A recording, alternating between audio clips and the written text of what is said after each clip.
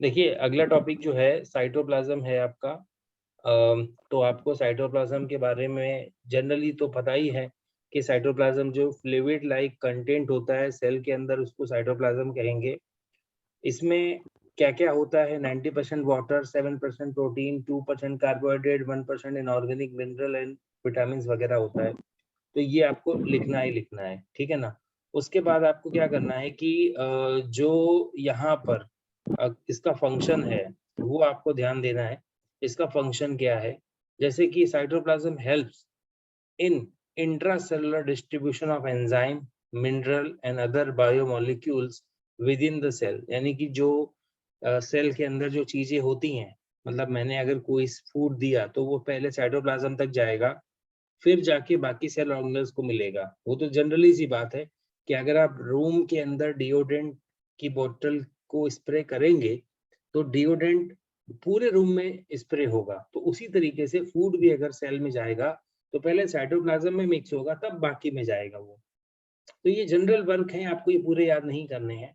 Glycolysis में आगे पढ़ाऊंगा आपको कि is a partial breakdown of glucose, वो आपको मैं आगे पढ़ाऊंगा। और फर्स्ट सेकंड थर्ड पॉइंट जो है वो वही एक ही जनरली पॉइंट है कि जैसे सेकंड पॉइंट कहता है कि वो fatty acids takes place in the cytoplasm. मतलब क्या लिखा है?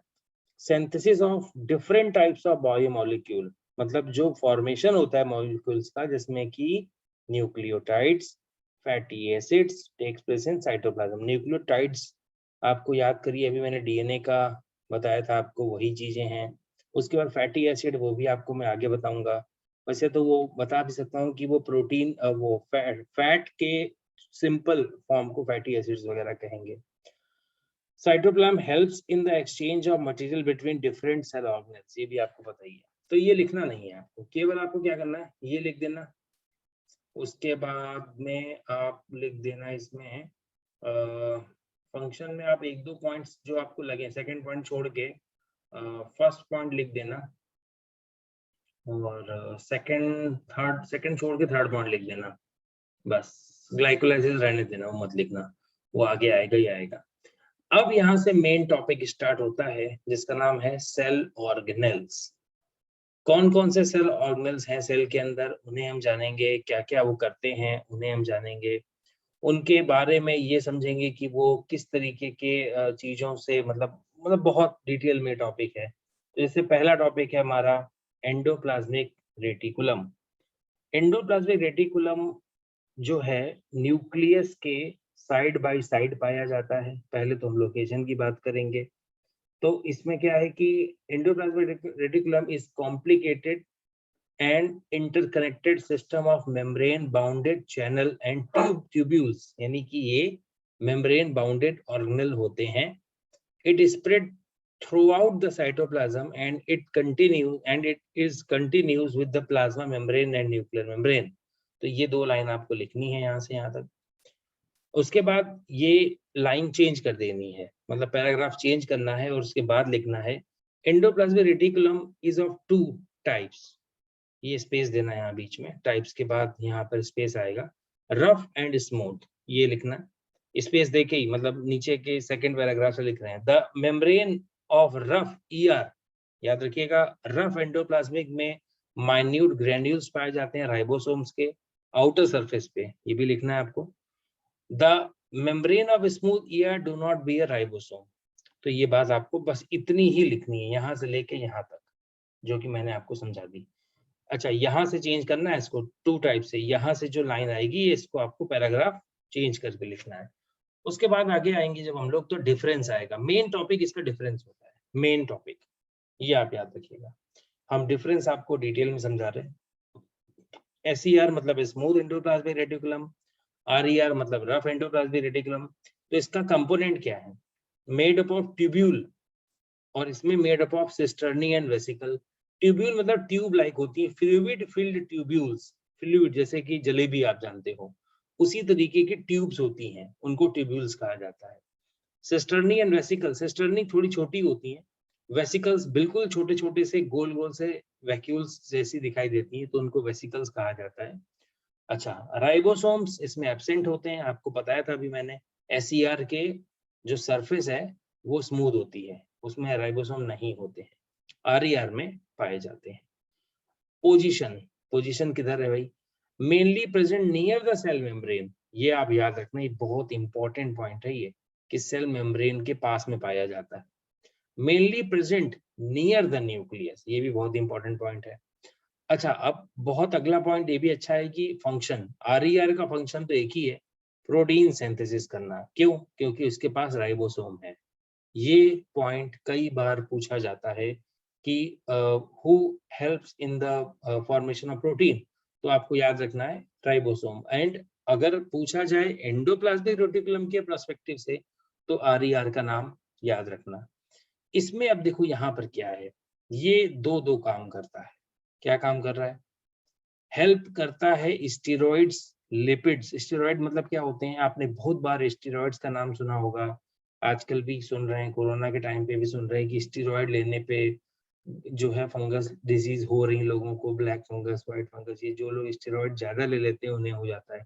पहले और भी सुनते थे, एथलीट्स वगैरह स्टेरॉइड्स लेते हैं, तो ये क्या करते हैं, टेस्टोस्टेरोन और प्रोजेस्टेरॉन, ये देखो दोनों ये हार्मोन के लास्ट में स्टेरॉन लिखा हुआ है, तो इसी तरीके से इन हार्मोन्स को स्टेरॉइड्स हार्मोन कहा जाता है।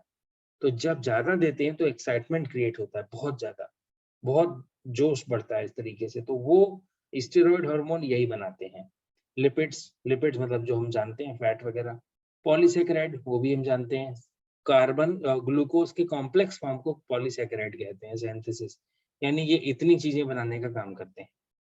अब उसके बाद मेम्ब्रेन बायोजेनेसिस एंड डिटॉक्सिफिकेशन, आप ब्रैकेट में एक काम करिए, वहां पर एक पॉइंट लिख दीजिए, हेल्प्स इन मेम्ब्रेन बायोजेनेसिस, तो समझा रहा हूं मैं कि वो सेल मेम्ब्रेन फॉर्मेशन में हेल्प करते हैं। Cell membrane formation, membrane biogenesis का मतलब होता है सेल मेम्ब्रेन फॉर्मेशन। सेकंड, उसी में डिटॉक्सिफिकेशन मतलब क्या होता है? ब्लड को फिल्टर करना। कहाँ पे होता है? लीवर सेल्स में। ब्रैकेट में लिख दो वहां पे, डिटॉक्सिफिकेशन तो लिखा हुआ है, ब्रैकेट में वो जगह है ना, वहां लिख दो इन लीवर सेल्स। ये आप याद रखना कि helps in membrane biogenesis and detoxification, यहाँ पर ब्रैकेट में लिखना है आपको, इसके बाजू में इन द लीवर सेल्स, याद रखना। और कहीं पे भी डिटॉक्सिफिकेशन नहीं करेगा, वो सिर्फ लीवर सेल्स में ही डिटॉक्सिफिकेशन करेगा। अगर गलत किया एग्जाम में पूछा जाएगा, तो ये बिल्कुल भी गलत नहीं होना चाहिए। इसके बाद अक्रेंस कहाँ पर होती हैं? जनरली ये उनमें पाई जाती हैं जो एडिपोसाइट सेल्स होती हैं, फैट सेल्स होती हैं। ये आपको अगला चैप्टर है, मैं उसमें पढ़ाऊंगा कि एडिपोसाइट्स कौन सी सेल्स होती हैं। अच्छा, इसमें क्या है? Mainly found in protein forming cells like Nissl's granule, और हर जगह पे होती हैं, मतलब आरईआर वगैरह हर जगह होते हैं, ऐसा नहीं है। जैसे कोई सेल में ज्यादा प्रोटीन बनता है तो वहां पर आरईआर ज्यादा पाए जाएंगे। उसी तरीके से निजल्स ग्रेन्यूल, नर्व सेल के स्ट्रक्चर जब पढ़ाऊंगा तब आपको सिखाऊंगा मैं ये कि ये क्या चीज है, समझे ना। तो बस ये फिलहाल के लिए टॉपिक का जो डिफरेंस था, ये आपको समझ में आ गया होगा। और ओके ओके, तो अभी हम पढ़ेंगे कि जो कॉमन फंक्शन है, जो ईआर का कॉमन फंक्शन है, हम उस बारे में बात करेंगे कि जैसे ER provide an ultra structure framework to the cell, framework बनाता है, सेल का फ्रेमवर्क बनाता है भाई। जैसे हम जानते हैं कि प्लांट सेल के पास में सेल वॉल होती है, तो एनिमल सेल के पास में ईआर होता है जो उसको एक शेप देने का काम करता है। तो आप क्या लिखेंगे? ये लिखना है आपको, ये ultra structure of framework to the cell, इतना लिख देना आप लोग, ठीक है। इसके बाद it provide large surface area inside the cell for various feature, ये छोड़ दो। It helps in the rapid intercellular transport of material, ये भी छोड़ दो। Rough ER offer extensive surface area for the synthesis of protein and ribosome, ये भी पता है आपको। लाइसोसोम ऑफ गोल्गी बॉडीज, हाँ ये बहुत अच्छा है, ये बहुत बढ़िया पॉइंट लिखा है। जो आपका एसईआर है, एसईआर एक काम और कर रहा है, provide enzyme precursor for the formation of lysosome by Golgi apparatus. ये एक ऐसा एंजाइम बनाता है जो गोल्गी बॉडी ले लेगा इससे और फिर वो दे देगा लाइसोसोम को, मतलब ये कमाल की चीज है, समझो, जहां ध्यान से समझना। मैं हूं ईआर, सपोज मैं ईआर हूं, अर्नव RER है, वो है गोल्गी बॉडी, और थर्ड कोई है जो है लाइसोसोम। तो मैंने बनाया एक ऐसा एंजाइम जो अभी तक पूरी तरह से एक्टिव नहीं है, उसको एक्टिव करेगा गोल्गी बॉडी, और वो दे देगा किसको, लाइसोसोम्स को। देखो बढ़िया पॉइंट है ये, तो ये पॉइंट आपको लिखना है, provide enzyme precursor for the formation of lysosome by the Golgi body, इतना है ना। Smooth ER helps in the synthesis of fat in the adipocyte, ये तो मैंने बताया आपको, फैट सिंथेसिस, लिपिड सिंथेसिस तो मैंने आपको पढ़ाया है, और स्टेरॉइड हार्मोन भी, ये मत लिखना, चलो हटाओ छोड़ो। तो बस इतना ही काफी है आपके लिए, ये दो ही पॉइंट लिख देना। और एक चीज, एक काम और, मेम्ब्रेन बायोजेनेसिस तो मैं खैर पढ़ा ही चुका हूँ आपको ऊपर, और शेप देता है सेल को और प्रोटेक्ट करता है उसके न्यूक्लियस को, बस इतना लिख सकते हो, चलो ठीक है, बस बहुत है, बाकी ऐसा कुछ जनरल स्पेसिफिक पॉइंट नहीं है इसके अंदर। अब हम बात करेंगे राइबोसोम के बारे में। राइबोसोम क्या होते हैं, अभी आपको मैंने बताया ही था जब न्यूक्लियस पढ़ा रहा था, कि जो राइबोसोम है वो दो चीजों से मिलके बने होते हैं, एक होता है उसमें RNA, और दूसरा होता है उसमें प्रोटीन। तो आपको क्या लिखना है, ribosome are small granular structure made up of ribose, nucleic acid यानी RNA, और प्रोटीन। तो ये आपको पूरी लाइन लिखनी है यहाँ से यहाँ तक की। They occur free in the cytoplasm as well as attached to the outer surface of the rough ER, यानी ये दो जगह पे पाए जाते हैं, या तो ये साइटोप्लाज्म में घूम रहे होंगे, और दूसरी जगह पे या तो ये ER के साथ में, कौन सी ER, RER के साथ में अटैच्ड होंगे। ये भी आपको पॉइंट मैंने बताया था, ठीक है भाई, ये भी पता चल गया। दोनों पॉइंट लिखने हैं आपको, बहुत क्लियर है, बहुत आसान है, एकदम easy. Each ribosome consist of 2 सब यूनिट, ये बहुत इंपॉर्टेंट स्ट्रक्चर आया है नया, इसका एक्चुअल में डायग्राम थोड़ा शिफ्ट हो गया, ऊपर की तरफ चला गया, यहाँ पे आ गया इसका डायग्राम, वो डायग्राम को नीचे बनाना है आपको, है ना। इसमें ध्यान से देखो, दो चीजें आपको दिख रही हैं, एक ऐसा दिख रहा है, नीचे वाला दिख रहा है, और एक ऊपर वाला दिख रहा है। तो नीचे वाले को बोलते हैं स्मॉल सब यूनिट, और ऊपर वाले को बोलते हैं लार्ज सब यूनिट। एक ही में दोनों चीजें नहीं है बेटा, एक डायग्राम में दो चीजें एक साथ समझाई जा रही हैं यहाँ पे, कि प्रोकैरियोटिक अगर होगा तो इस तरफ से देखना है, और अगर यूकैरियोटिक होगा तो इस तरफ से देखना, राइट के साइड से देखना है। ऐसा नहीं कहा जा रहा है कि एक ही में दोनों हैं, ऐसा नहीं बोला जा रहा है, ऐसा कहा जा रहा है जब आपको बताया जाए प्रोकैरियोटिक राइबोसोम तो आप इसको देखना 50 और 30 के रेशियो में, और जब बताया जाए यूकैरियोटिक तो आपको देखना है 60 और 40 के रेशियो में। तो उसका टोटल कितना आएगा, 50-30 मिला के बनता है कितना है, 70। अब आप बोलो सर तो 80 होता है, नहीं नहीं नहीं, मैथमेटिकल कैलकुलेशन नहीं है ये, 50 और 30 मिला के 70 होता है, याद रखना इसके हिसाब से, क्योंकि दोनों जब मर्ज होते हैं ना, यहाँ पे जो बीच में जो अटैचमेंट पॉइंट है, वहां से थोड़े से एक दूसरे से अटैच्ड होते समय मर्ज हो जाते हैं, तो थोड़ा लॉस हो जाता है वहां पे उनका, तो वो 10% का 10 का लॉस हो गया वहां पे। एस का मतलब होता है स्वेडबर्ग, स्वेडबर्ग, अभी मैं स्पेलिंग बोल दूंगा, आप लोग लिख लेना। 50S का मतलब क्या है, स्वेडबर्ग, अभी मैं बोल दूंगा।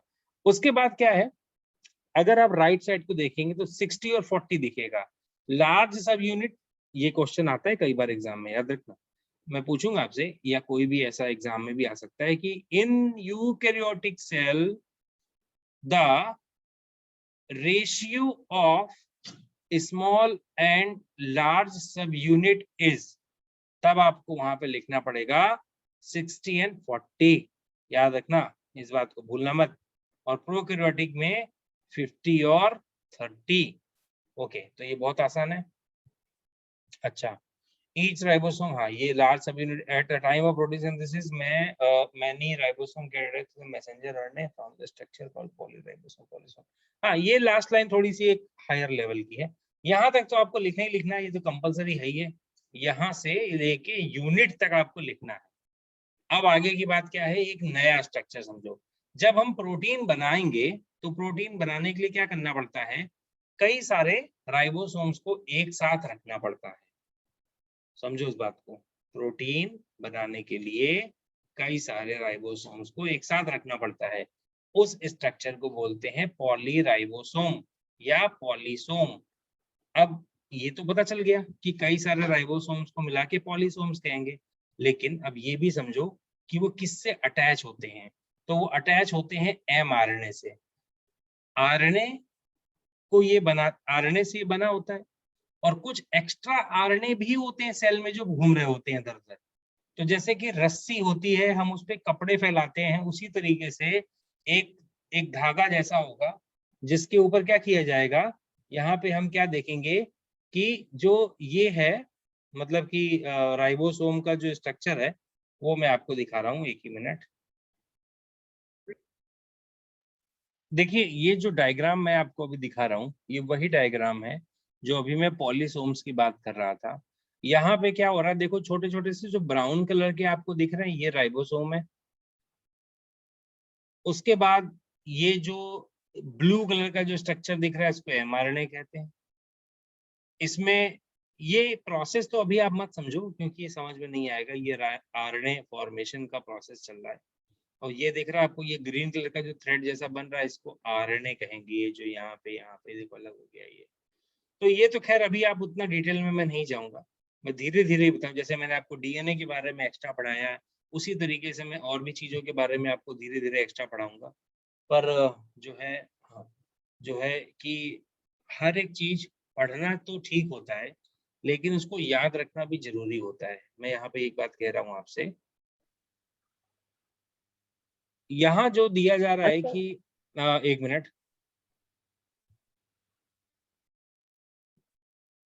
ओके, तो ये जो मैंने आपको समझाया, आपको ये यहाँ से लेके यहाँ तक पूरा लिखना है। इसमें कोई ज़्यादा ऐसा बहुत डिफिकल्ट पॉइंट नहीं है। आप इसको नोट कर दीजिएगा।